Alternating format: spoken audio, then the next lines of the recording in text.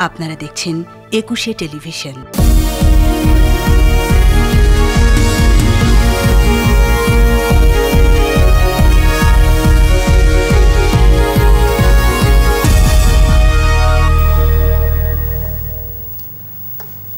আমরা আমন্ত্রণ একুশে বিজনেসের সঙ্গে আছি রাজীব জামান। প্রিয় দর্শক, দেশের ব্যবসা বাণিজ্য, অর্থনীতি ও শেয়ার বাজারের সর্বশেষ তথ্য স্বয়ংক্রিয় গ্রাফিক্স পদ্ধতিতে পরিবেশন করছে একুশে বিজনেস। দর্শক, আপনারা জানেন ঢাকা ও চট্টগ্রাম স্টক এক্সচেঞ্জ আমাদের দুজন প্রতিনিধি রয়েছেন। ডিএসসিতে আছেন মাহবুব রহমান এবং সিসিতে রয়েছেন মহিমা পলি। আমরা পুঁজিবাজারে এই মুহূর্তে সর্বশেষ খবরাখবর জানাতে নিয়ে যাচ্ছি তাদের কাছে।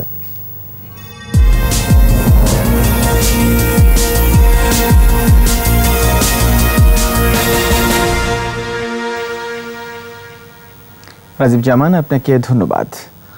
সূচকের মিক্স ট্রেন্ড অব্যাহত রয়েছে এখনো পর্যন্ত ঢাকা স্টক এক্সচেঞ্জে। এই মুহূর্তে দেখা যাচ্ছে ডিএসসির প্রধান ইন্ডেক্সটি ব্রেক ইভেন পয়েন্টে থেকে অবস্থান করছে ৩,৯৬২ পয়েন্টে। এসি ইন্ডেক্স দেখা যাচ্ছে 1 পয়েন্ট নেগেটিভ অবস্থানে রয়েছে, 919 পয়েন্টে অবস্থান করছে এবং 30 ইন্ডেক্সটিও ব্রেক ইভেন পয়েন্টে থেকে ১৩২৭ পয়েন্টে অবস্থান করছে।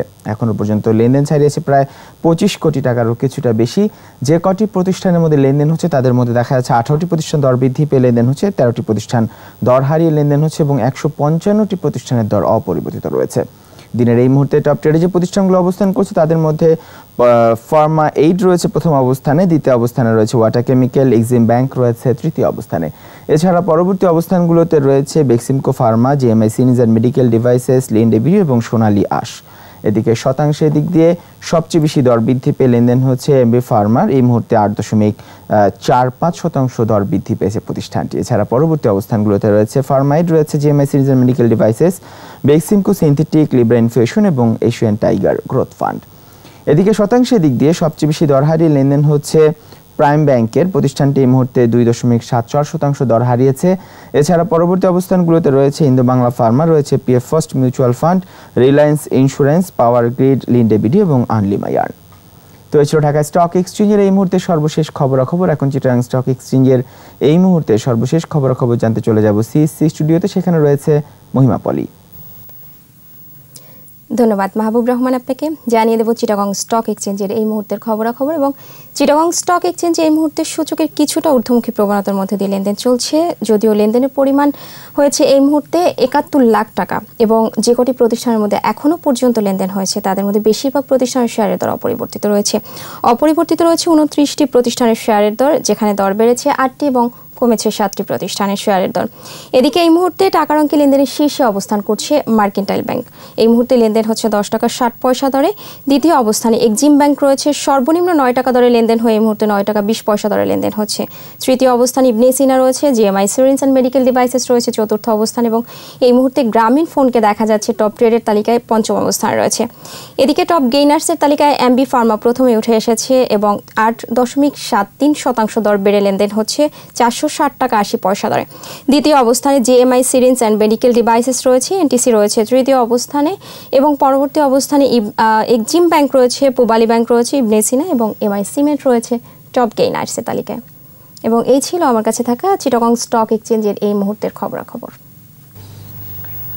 পলি এবং মাহবুব, আপনাদের দুজনকে অনেক ধন্যবাদ। দর্শক, এবারে দেখে নিচ্ছি দেশের পুঁজিবাজারের কিছু টুকরো খবর নিয়ে শেয়ার বাজার ফ্ল্যাশ। পুঁজিবাজারে তালিকাভুক্ত প্রতিষ্ঠান বাংলাদেশ ন্যাশনাল ইন্স্যুরেন্স ও দ্য সিটি ব্যাংক লিমিটেডের পরিচালনা পর্ষদের সভা অনুষ্ঠিত হবে আজ 22 জুন। সভায় 31 ডিসেম্বর 2019 সমাপ্ত বছরের জন্য ডিভিডেন্ডের সুপারিশ আসতে পারে। পুঁজিবাজারে তালিকাভুক্ত company Coppertech industries, Beximco pharmaceuticals ও বেক্সিমকো লিমিটেডের পরিচালনা পর্ষদের সভা অনুষ্ঠিত হবে আজ 22 জুন। সভায় তৃতীয় প্রান্তিকের অনিরীক্ষিত আর্থিক প্রতিবেদন পর্যালোচনা করা হবে। পুঁজিবাজারে তালিকাভুক্ত প্রতিষ্ঠান ঢাকা ব্যাংক লিমিটেডের পরিচালনা পর্ষদের সভা অনুষ্ঠিত হবে আগামীকাল 23 জুন। সভায় 31 ডিসেম্বর 2019 সমাপ্ত বছরের জন্য ডিভিডেন্ডের সুপারিশ আসতে পারে।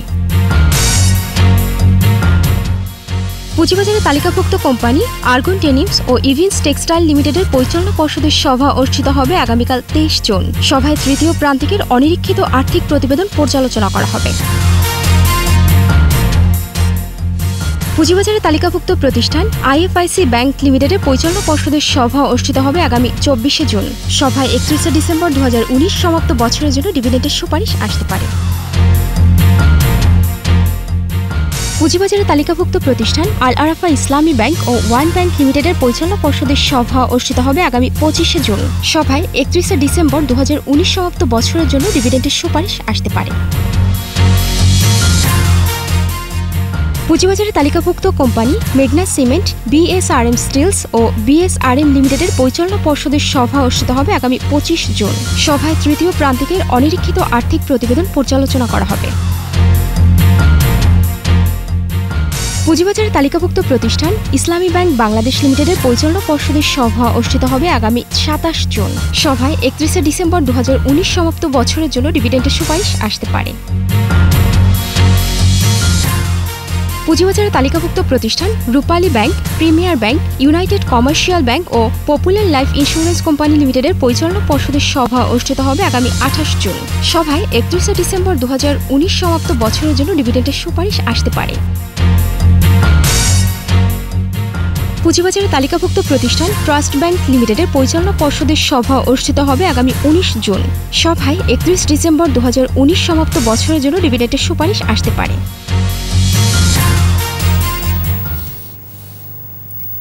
দর্শক, এখন রয়েছে দেশের পুঁজিবাজার পরিস্থিতি নিয়ে বিশেষ আলোচনার জন্য আমাদের সাথে সংযুক্ত হচ্ছেন শান্ত অ্যাসেট ম্যানেজমেন্ট লিমিটেডের সিইও মোহাম্মদ ইমরান হাসান। আমরা কথা বলছি তার সাথে।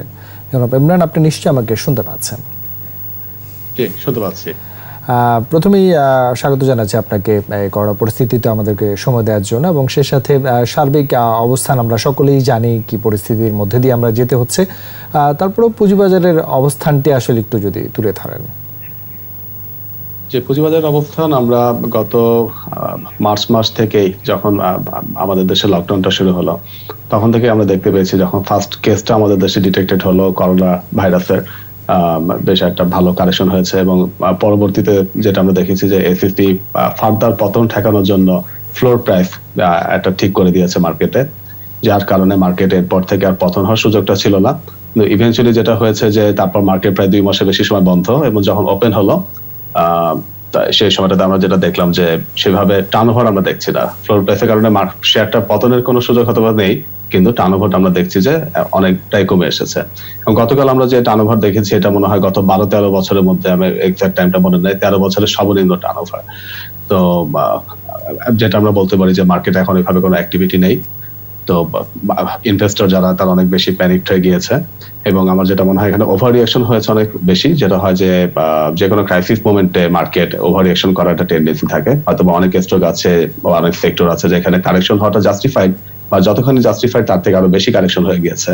তো সেক্ষেত্রে সেই স্টকগুলো এখন সব পরিস্থিতি বিবেচনা করলেও আমি মনে করি আন্ডার ভ্যালুড হয়ে আছে, এরকম অনেক স্টক বা শেয়ার আছে।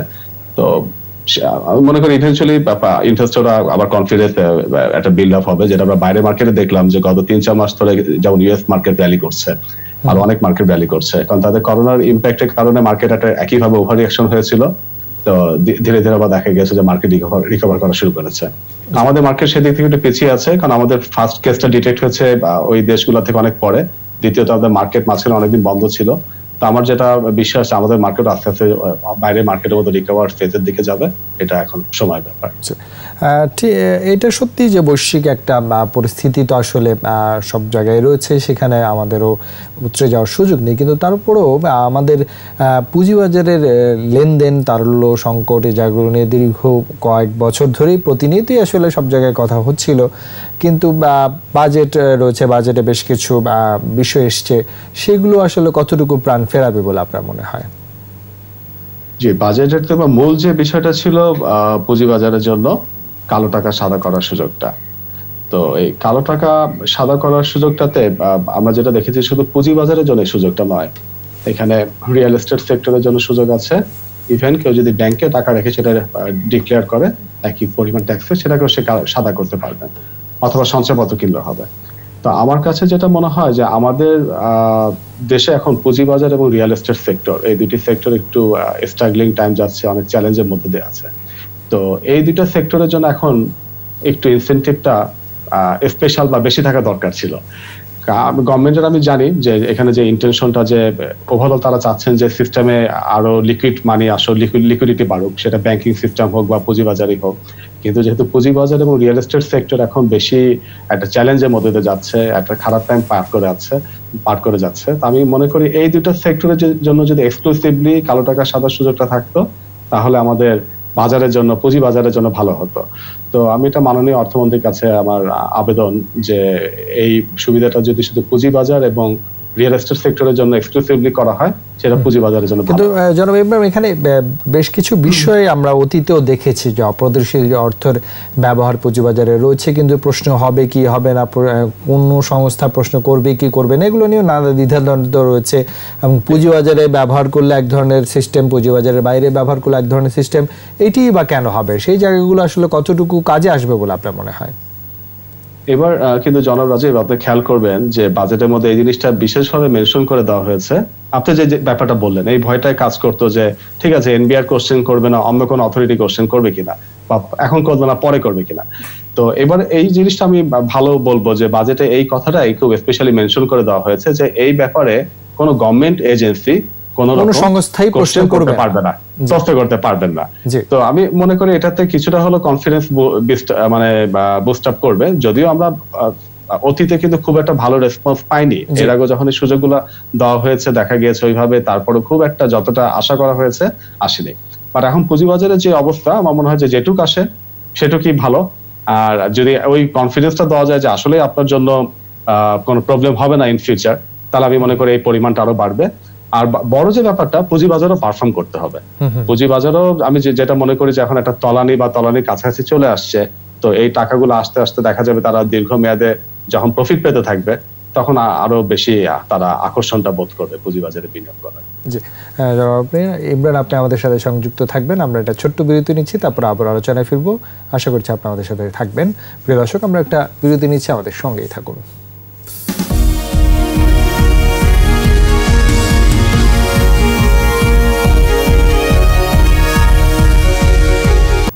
স্বাগত বড় 21শে বিজনেসে। দর্শক বিরতির আগে দেশের পুঁজিবাজার পরিস্থিতি নিয়ে কথা বলছিলাম সন্ধ্যা অ্যাসেট ম্যানেজমেন্ট লিমিটেডের সিইও মোহাম্মদ ইমরান হাসানের সঙ্গে। তার সাথে আবারও সংযুক্ত হচ্ছি। জনাব ইমরান, আপনার কাছে আমরা আবারও ফিরতে চাই পুঁজিবাজার পরিস্থিতি নিয়ে আলোচনায়। বাজেট প্রসঙ্গে ছিলাম, সেখানে আরেকটু যোগ করতে চাই যে আমরা জানি যে প্রতি বছরে বাজেট আসলে পুঁজিবাজারকে নিয়ে, অর্থনীতির জায়গাগুলো নিয়ে আলোচনা করার চেষ্টা করা হয় এবং প্রত্যাশা প্রাপ্তির জায়গাগুলো নিয়ে যদিও গ্যাপ থাকে, তারপরেও প্রত্যাশা তো থাকবেই। কিন্তু আরেকটি বিষয় যে ট্যাক্স পার্থক্য, লিস্টেড নন লিস্টেডের সুযোগ সুবিধার বিষয়গুলো নিয়ে কিছু পরিবর্তনের কথা শোনা যাচ্ছে, সেই জায়গাটা একটু যদি বলেন।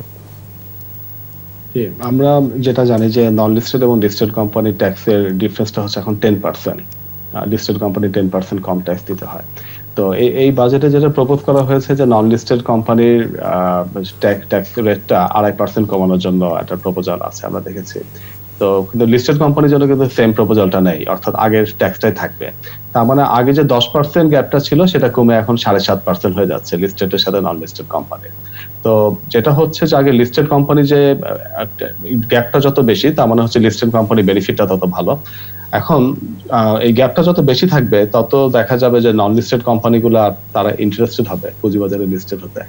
এখন আমাদের মাননীয় অর্থমন্ত্রী এবং আমরা সবাই যেহেতু চাচ্ছি যে ভালো ভালো কোম্পানিগুলা আমাদের পুঁজিবাজারে লিস্টেড হোক, পুঁজিবাজারের ব্রেথটা আরো বৃদ্ধি পাক, সেই ক্ষেত্রে এই ধরনের আমার মনে হয় যদি ইনসেন্টিভটা যেটা দেওয়া উচিত সেটা কমিয়ে দেওয়া হয়, যেটা অলরেডি ছিল 10% গ্যাপে থেকে কমে 7.5% করে যায়, তো তখন এই আকর্ষণীয়তাটা কিন্তু কিছুটা হলেও কমবে।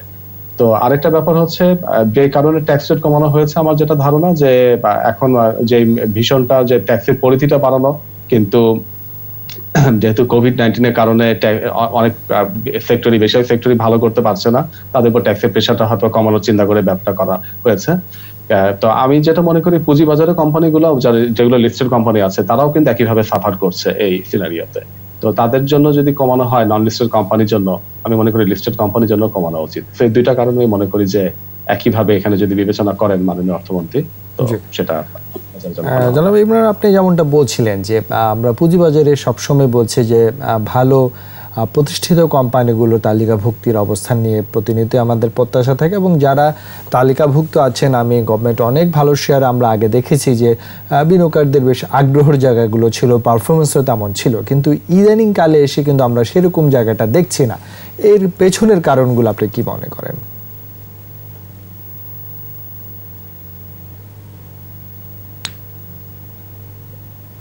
জনাব ইমরান, আপনি কি শুনতে পেরেছেন প্রশ্নটি?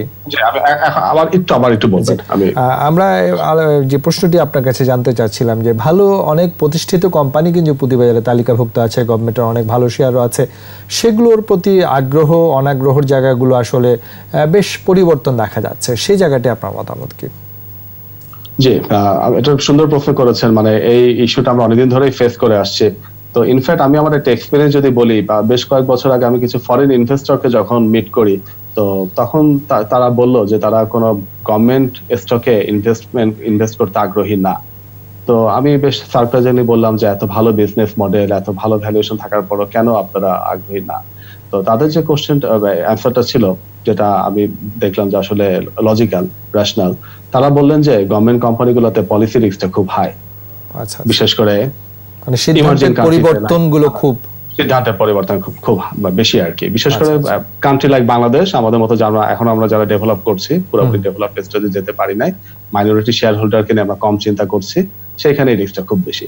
তো আপনার প্রশ্নতে যদি আমি ফেরত আসি, আমি যেটা আপনি যদি দেখেন তিতাস গ্যাস, 3টা অয়েল কোম্পানি, মেঘনা, যমুনা এবং পদ্মা অয়েল, তারপর power grid company Bangladesh, DESCO, তো এই সবগুলো কোম্পানিতে যে গভর্নমেন্ট কোম্পানিগুলো আছে, গত 10 বছরে আপনি দেখবেন এখানে পলিসিতে অনেক ম্যাসিভ চেঞ্জ হয়েছে।